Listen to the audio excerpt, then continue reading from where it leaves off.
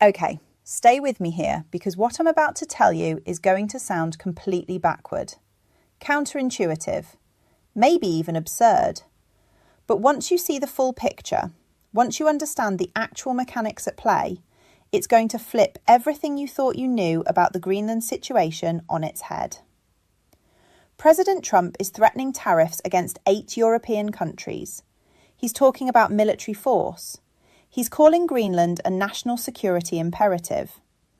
And his entire justification, the core argument he keeps repeating over and over, is this. We need to take Greenland before China does. We need to secure it. We need to own it. Because if we don't, Beijing will move in, and America will lose the Arctic forever. That's the narrative. That's what you're hearing on the news. That's what's being debated in Congress and argued about in NATO headquarters and protested in the streets of Nuuk. The United States must acquire Greenland to counter China. But here's what almost nobody is talking about. Here's the part that should be keeping geopolitical strategists awake at night. China doesn't actually need Greenland. In fact, there's a very real possibility that Beijing is sitting back, watching this entire circus unfold and quietly celebrating. Because every move Trump makes to acquire Greenland might actually be making China stronger. Let me show you why. First, let's understand the official reasoning. And to be clear, some of it is legitimate. Greenland sits at one of the most strategically important locations on the planet. It's positioned right between North America and Europe, straddling what's called the GIUK Gap, the maritime passage connecting Greenland, Iceland and the United Kingdom.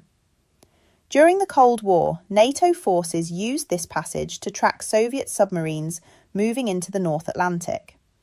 Today, as Russian and Chinese naval activity increases in the Arctic, that monitoring capability matters more than ever. Greenland also hosts Pittafik Space Base, formerly known as Thule Air Base, a critical installation for American missile defence and space surveillance.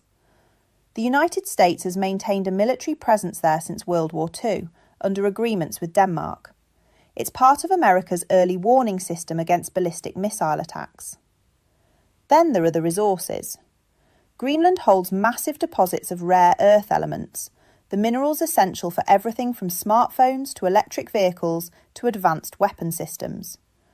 The island has an estimated 1.5 million metric tonnes of rare earth reserves, including heavy rare earths like dysprosium and terbium that are particularly valuable for high-temperature magnets. China currently dominates the global rare earth market, controlling around 90% of processing. So the argument goes, if America controlled Greenland, we could break that Chinese monopoly. And finally, there's the Arctic itself. Climate change is opening new shipping routes through the Arctic Ocean. The Northern Sea Route, which follows Russia's northern coast, can cut transit time between Asia and Europe by up to 2 weeks, compared to the traditional route through the Suez Canal. As ice continues to melt, projections suggest the Arctic could be navigable year-round within decades. Control over Arctic territory means control over these emerging trade corridors. All of this sounds reasonable on paper. Strategic location, military installations, critical minerals, shipping routes. Classic geopolitical chess. America secures Greenland, China loses access. Problem solved. Except that's not how it works, not even close. Let's start with the rare earth argument, because it's the one that sounds most compelling. China controls the rare earth market. Greenland has massive rare earth deposits. Therefore, America needs Greenland to break Chinese dominance. Simple, right? Wrong, and here's why. First, rare earths aren't actually rare. The name is misleading. These minerals exist all over the world, including in the continental United States. According to the US Geological Survey, American rare earth reserves stand at about 1.9 million metric tonnes. Greenland's estimated reserves are 1.5 million tonnes. America already has more. The issue isn't finding rare earths, the issue is processing them. Extracting rare earth elements is incredibly difficult and environmentally toxic. For every tonne of rare earths you mine, you generate about 2,000 tonnes of toxic waste. It's a dirty, expensive, complicated process that requires specialised facilities, strict environmental controls, and massive upfront investment. China doesn't dominate the rare earth market because they have all the minerals. They dominate because they built the processing infrastructure, accepted the environmental costs, and undercut competitors by subsidising the industry for decades. It was a deliberate strategic decision that started back in the 1980s and 90s, when Western countries decided processing rare earths wasn't worth the hassle. Now here's where it gets interesting. Even if America acquired Greenland tomorrow and immediately started mining operations, which, by the way, would take at least a decade to get up and running, where do you think those raw materials would go? To China, for processing. Because China has the facilities, China has the expertise, China has the supply chains. Building equivalent processing infrastructure in the United States or Greenland would require tens of billions of dollars and many years of development. Multiple industry experts interviewed by CNBC called the whole rare earth justification for Greenland absurd for exactly this reason. Mining Greenland doesn't change China's strategic leverage because the minerals still need to go to Chinese facilities for refining. So the first pillar of the argument collapses under scrutiny. Acquiring Greenland doesn't solve the rare earth problem. It might not even help. Now let's talk about the Arctic shipping routes, because this is where the geography gets really important and where a lot of people, including apparently some folks in Washington, don't quite understand how the map works. There are multiple potential routes through the Arctic. The two most discussed are the Northern Sea Route and the Northwest Passage. The Northern Sea Route follows Russia's northern coastline, running from the Barents Sea in the west to the Bering Strait in the east. It's about 5,600 kilometres long and stays within Russian territorial waters for most of its length. The Northwest Passage, on the other hand, runs through the Canadian Arctic archipelago, passing north of Canada and Alaska. This route does come closer to Greenland's waters. But here's the critical detail. China has invested heavily in the Northern Sea Route, not the Northwest Passage. In September 2025, China successfully completed its first commercial container ship voyage along the Northern Sea Route with the vessel Istanbul Bridge. That journey took 26 days from China to Europe, about half the time it would take via the Suez Canal. China calls this the Polar Silk Road and has signed extensive cooperation agreements with Russia to develop it. Russia controls the Northern Sea Route. Russia charges fees for passage. Russia provides icebreaker escorts. Russia sets the rules. And China has accepted this arrangement because it serves their interests.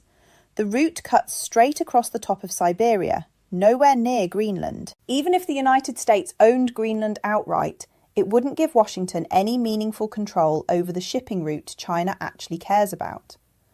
The Northwest Passage through Canadian waters would still be primarily a Canadian jurisdiction issue, and Canada is already a NATO ally. So acquiring Greenland doesn't block China's Arctic ambitions in any practical sense. The routes they're developing don't go through Greenlandic waters. The infrastructure they're building is in partnership with Russia, not Denmark. This is like saying you need to buy your neighbour's house to prevent someone from using the highway 3 blocks over. The logic doesn't connect. Let me be clear about what China's real interests in Greenland have been. Chinese companies have tried to invest in mining projects there. Shenghe Resources, a Chinese rare earth company, became the second largest shareholder in the Kvanefjeld mine project in southern Greenland. That project was supposed to become one of the world's largest rare earth and uranium mines. But here's what happened. Greenland's parliament passed legislation in 2021 prohibiting uranium mining, which effectively killed the Kvanefjeld project, because uranium and rare earths occur together in that deposit. The Chinese investment was blocked, not by American military force, not by diplomatic pressure in the traditional sense, but by local environmental regulations and democratic decision-making within Greenland's government. Chinese investors also tried to buy the Tan Breeze mining project. US officials reportedly lobbied hard to prevent that sale, and eventually the project was sold to an American company, Critical Metals Corporation, for reportedly much less than Chinese firms had offered. So Chinese attempts to gain direct access to Greenland's mineral wealth have already been thwarted through diplomatic and economic means, not military ones. And these measures were achieved while Greenland remained a Danish territory and NATO ally. The pattern here is important. Greenland's autonomy and its relationship with democratic Western institutions have been effective barriers to unwanted Chinese influence. Local opposition to large-scale mining, environmental concerns, and NATO security considerations have all worked to limit Chinese penetration. None of this required the United States to threaten tariffs, alienate European allies, or contemplate military force. The system was working. Now let's talk about what happens if the US takes Greenland.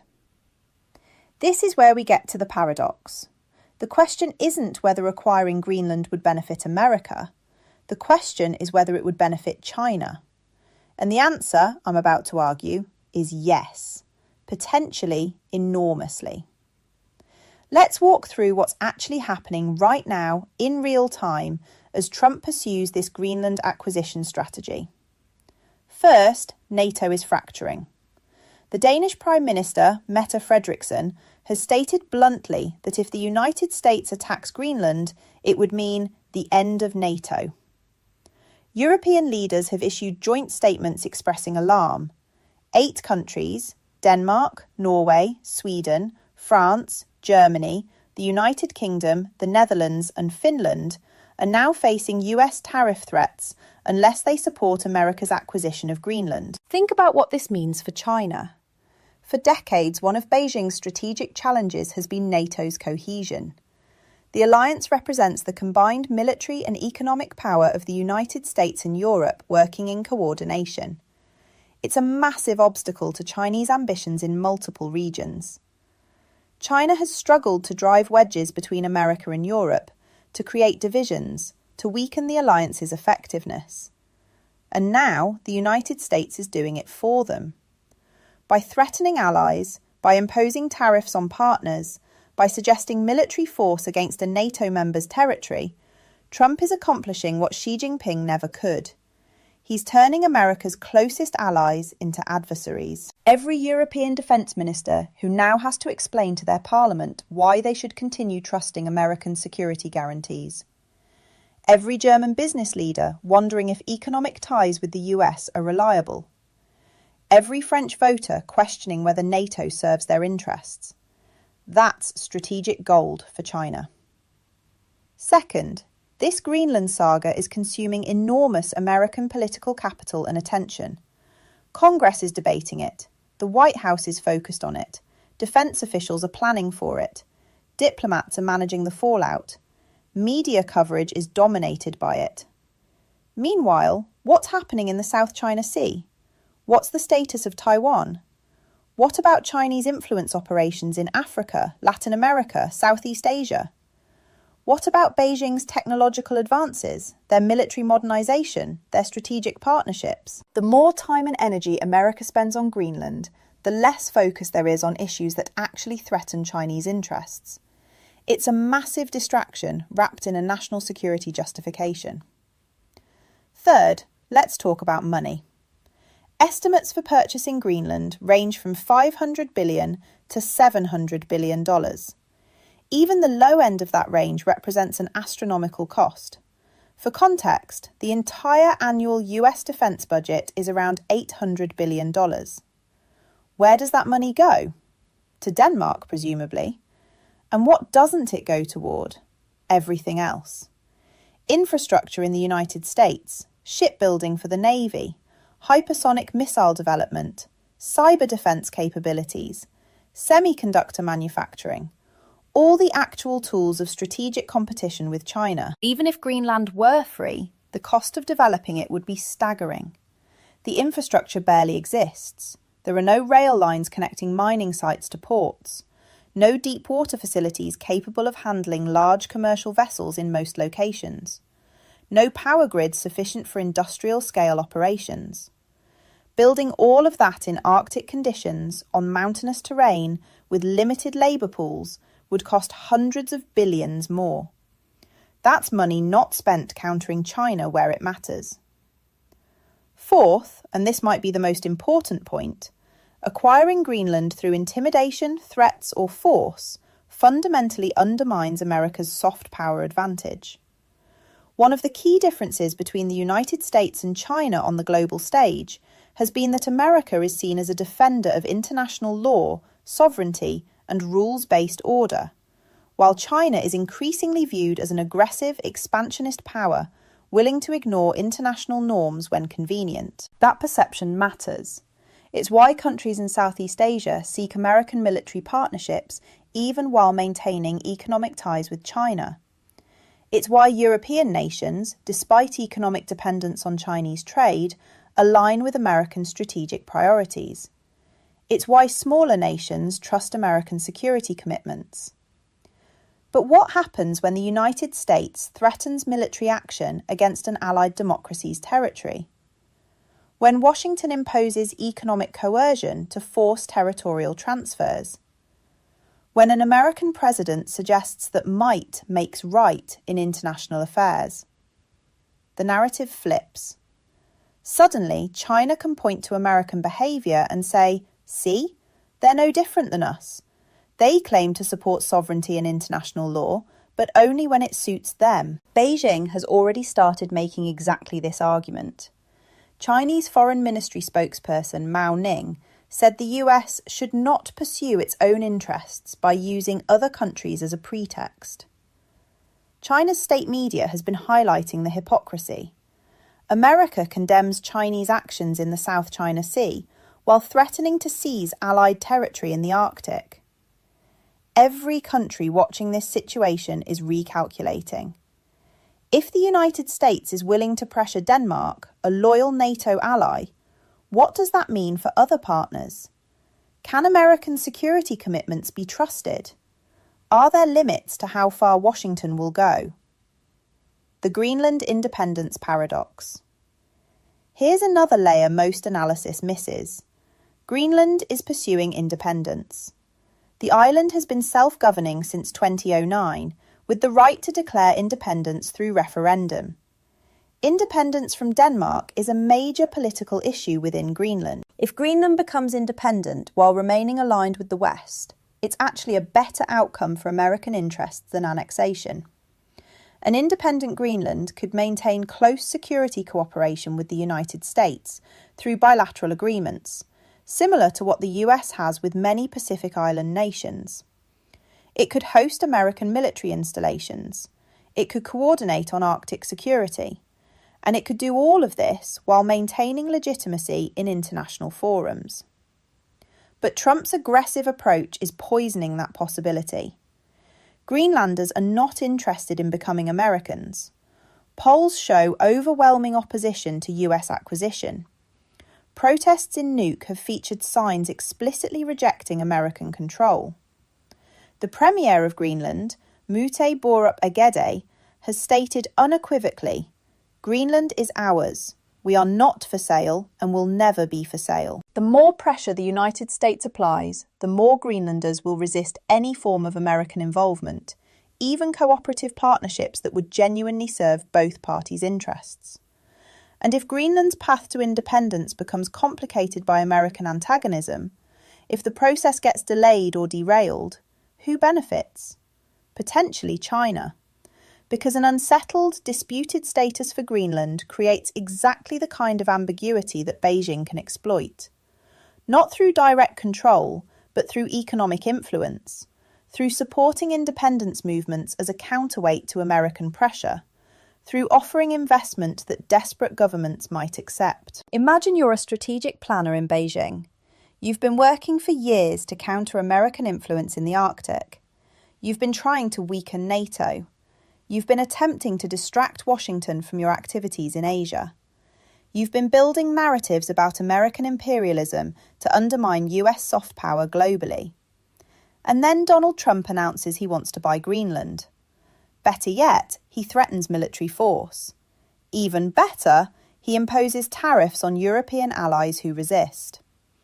The European Union is now in emergency meetings discussing how to respond to threats from their supposed protector. Denmark's Prime Minister is warning about the end of NATO. German, French and British officials are questioning American reliability. Do you intervene? Do you try to stop it? Or do you sit back and let it happen? From Beijing's perspective, Trump pursuing Greenland accomplishes multiple strategic objectives without China having to lift a finger. The Atlantic alliance is fracturing. American resources and attention are diverted. The rules-based international order that constrains Chinese behaviour is being undermined by American actions. Washington's reputation as a trustworthy partner is crumbling in real time. Why would China want to prevent that? In fact, there's a case to be made that China should be actively encouraging it, though of course they'd never say so publicly. Behind closed doors, Chinese officials might be thrilled. Every day this drags on, every escalation, every tariff threat, every strained diplomatic exchange serves Beijing's interests. Let's zoom in on the specific tactical errors in how this is being handled, because they make the strategic problem even worse. Trump has framed the Greenland acquisition as an ultimatum, backed by economic coercion and potential military force. That approach guarantees failure while maximising damage. Denmark is a wealthy, stable democracy with strong institutions and rule of law. It's not Venezuela. You cannot simply apply pressure and expect capitulation. Danish public opinion is overwhelmingly against selling Greenland. The Danish parliament would never approve it. King Frederick X has publicly affirmed Greenland as part of the Danish realm. Even if you could somehow force a transaction, Greenland itself has to agree. And Greenlanders have made their position crystal clear. They don't want to be purchased. They don't want to become Americans. The autonomy they've gained from Denmark is leading toward independence, not toward a different colonial relationship. So the end result is that Trump is burning bridges with European allies, alienating Greenland, spending massive political capital, and still not achieving the stated objective. It's all cost, no benefit. Meanwhile, China is taking notes. They're watching how the US treats its partners. They're watching how easily the Atlantic alliance can be disrupted. They're watching American strategic attention get consumed by a territorial dispute with a NATO ally. And they're adjusting their own strategies accordingly. Here's what's particularly frustrating about this entire situation. There was, and still is, a pathway for the United States to secure its interests in Greenland without any of this chaos. The United States already has a military presence at Patuffik Space Base. That presence could be expanded through negotiations with Denmark and Greenland. The base could be upgraded. Additional facilities could be built. All with the consent and cooperation of both governments. American companies can already invest in Greenland's mining sector. The Greenland government has been actively seeking Western investment to develop its resources and infrastructure. They want partnerships with democratic allies. An American mining company, Critical Metals, already owns the Tan Breeze rare earth project. The US Export-Import Bank is considering a $120 million loan to fund it. All of this happened through normal economic channels. Greenland needs investment to achieve independence from Denmark's subsidies. Denmark sends about $600 million annually to Greenland, covering roughly half the island's budget.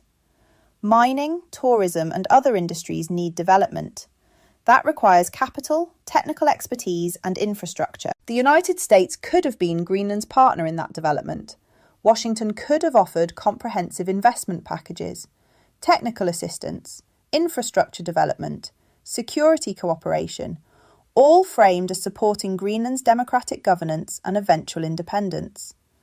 That approach would have secured American interests, countered Chinese influence through positive engagement rather than threats, strengthened the Atlantic alliance, and maintained America's reputation as a supporter of sovereignty and democracy. Instead, we got tariffs, threats, and talk of military force. This isn't just about Greenland. It's about a pattern in how American foreign policy under Trump conceptualizes power and competition with China. There's an assumption that every geopolitical issue is zero-sum, that territory equals power, that acquisition and control are the primary tools of statecraft. It's a 19th century view of international relations applied to 21st century challenges. Modern strategic competition doesn't work that way. China's influence in Africa isn't built on owning African territory. It's built on investments, infrastructure projects, trade relationships, and diplomatic engagement. The Belt and Road Initiative isn't about colonising countries. It's about creating dependencies, shaping preferences, and building influence through economic integration. China understands that in the contemporary world, you don't need to own Greenland to benefit from its resources. You just need access, which can be secured through contracts, investments, and relationships with whoever does control the territory. Meanwhile, the United States is threatening a military takeover, which would be illegal under international law, would violate NATO's founding principles, and would accomplish little, even if successful, because the practical challenges of developing Greenland would remain unchanged. So where does this leave us? What happens next? Several scenarios are possible, none of them good for American interests. First scenario. The Trump administration continues pursuing Greenland aggressively. Relations with European allies deteriorate further. NATO's cohesion weakens, and China capitalises on the division. America either succeeds in acquiring Greenland at enormous financial and diplomatic cost, gaining little strategic value, or fails after burning all that political capital. Either way, Beijing wins. Second scenario. The administration backs down from the Greenland push, but the damage is already done. European allies have been alienated, trust has been broken. The perception of American foreign policy as erratic and unreliable solidifies. Again, China benefits from the reduced confidence in US partnerships. Third scenario. Some kind of middle ground solution emerges, perhaps an expanded security agreement or investment partnership that doesn't involve transfer of sovereignty. But given how confrontational the initial approach has been, even reaching that outcome would require significant diplomatic repair work and might not restore the status quo ante. In all three scenarios, China comes out ahead relative to where they were before Trump started talking about Greenland. That's the paradox. The harder the United States pushes to acquire Greenland, specifically to counter China, the more it actually advantages Chinese strategic position. There's an even more troubling dimension to consider. China is learning lessons from how this plays out. They're studying how the international system responds to aggressive territorial claims by a major power. They're watching whether NATO can maintain unity when challenged by one of its own members. They're observing whether international law and norms provide any real constraint on great power behaviour. If the United States can threaten to seize Allied territory and face minimal consequences, what does that signal about how China might pursue its own territorial claims? If Washington can impose economic coercion to force territorial changes, why can't Beijing? Every norm that gets eroded, every principle that gets violated, every alliance that gets weakened makes China's job easier when it comes to Taiwan, the South China Sea, or its border disputes with India and other neighbours. The precedent being set here extends far beyond the Arctic. Let me bring this down from geopolitical abstractions for a moment, because this affects ordinary Americans and Europeans in concrete ways. When NATO allies turn against each other, security becomes less predictable. When the United States alienates partners, those partners start hedging their bets. European countries might decide they need independent military capabilities because American commitments can't be trusted. That means they spend their money on their own defence rather than coordinating with US forces. It also means economic disruption. Tariffs on European goods raise prices for American consumers. Trade wars reduce economic growth. Uncertainty makes businesses hesitant to invest. These aren't abstract diplomatic squabbles. They show up in your costs, your job security, your retirement accounts. And when China gains strategic advantages, That has implications for everything from technology standards to supply chain security to the military balance in the Pacific. A stronger China relative to the United States means more American resources devoted to military competition, more risk of conflict, more pressure on allies like Taiwan, South Korea and Japan. None of this benefits ordinary citizens, not in America, not in Europe, not anywhere except possibly in Beijing. Here's what's tragic about this situation.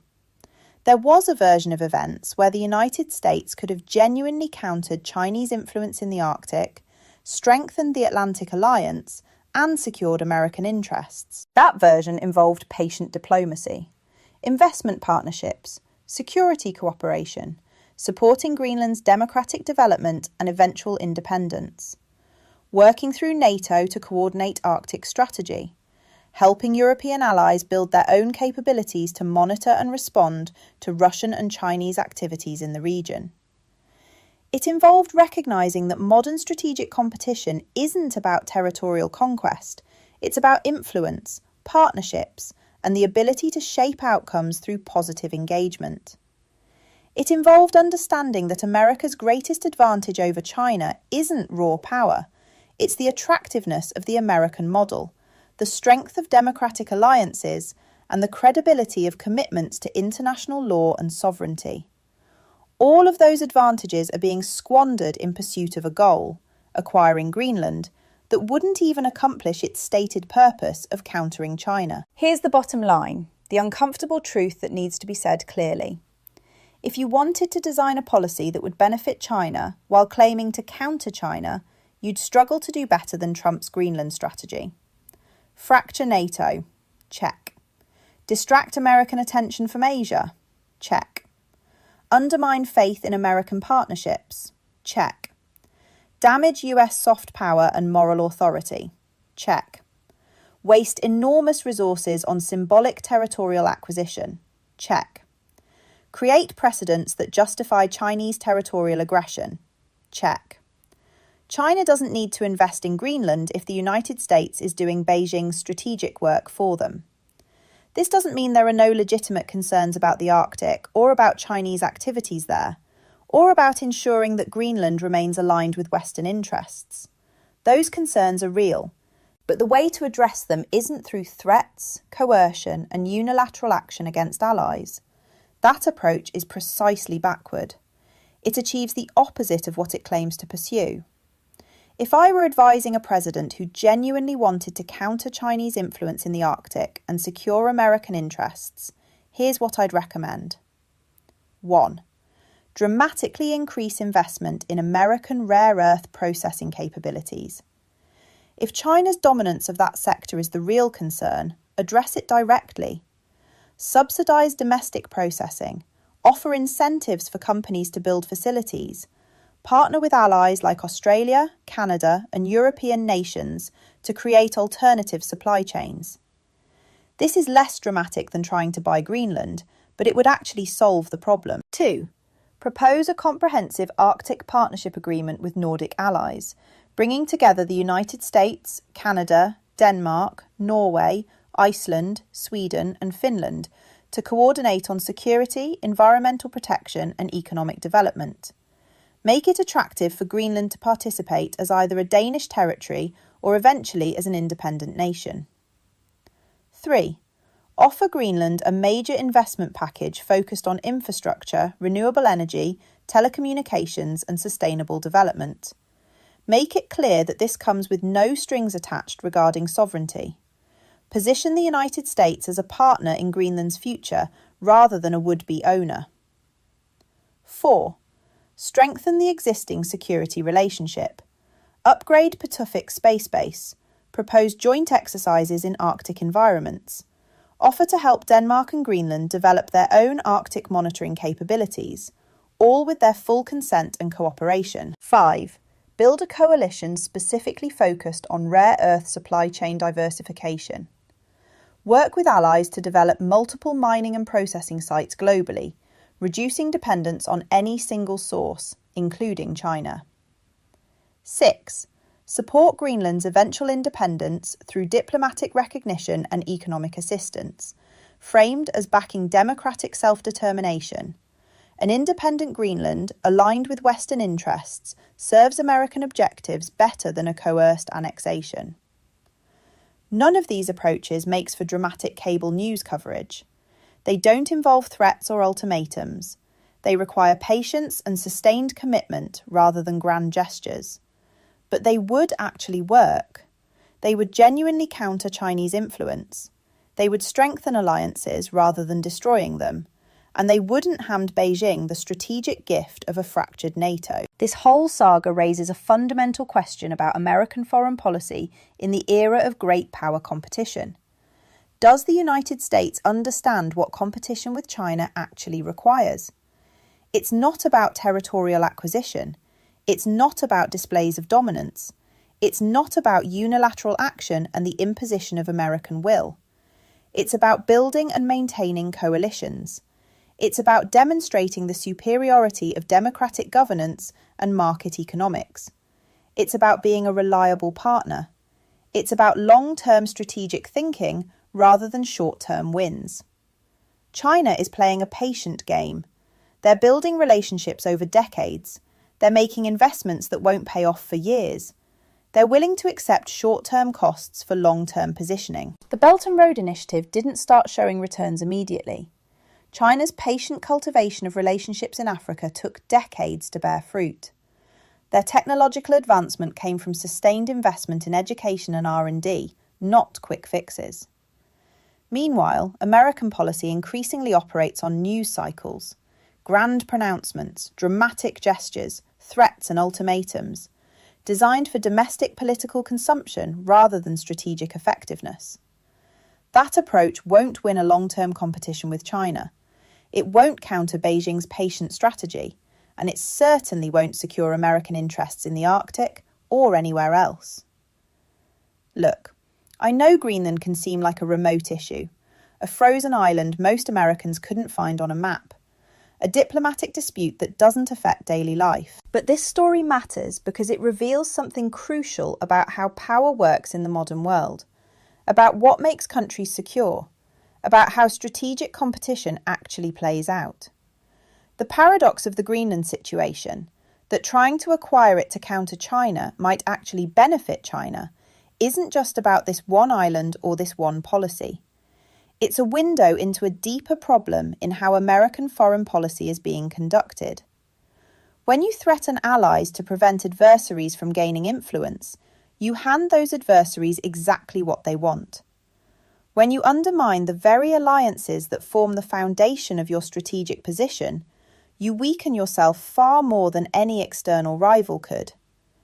When you spend hundreds of billions of dollars and massive political capital on symbolic territorial acquisition that doesn't address the underlying strategic challenges, you're not being strong, you're being distracted. China doesn't need to fight the United States directly if Washington is willing to divide itself from its allies, undermine its own credibility, and exhaust its resources on quixotic pursuits.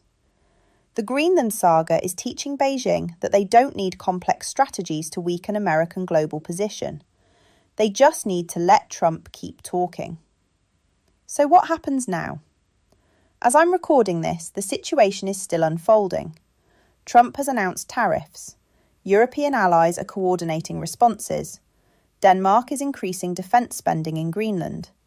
NATO Secretary-General Mark Rutte is trying to prevent a complete alliance breakdown. The outcome isn't certain. Maybe cooler heads will prevail. Maybe some face-saving compromise will emerge. Maybe the whole thing will quietly fade away. But the damage has been done. Trust has been broken.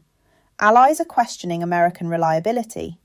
China is watching and learning. The question is whether Washington will recognise the counterproductive nature of this approach and change course, or whether the commitment to the narrative that we must own Greenland to stop China will override strategic reality.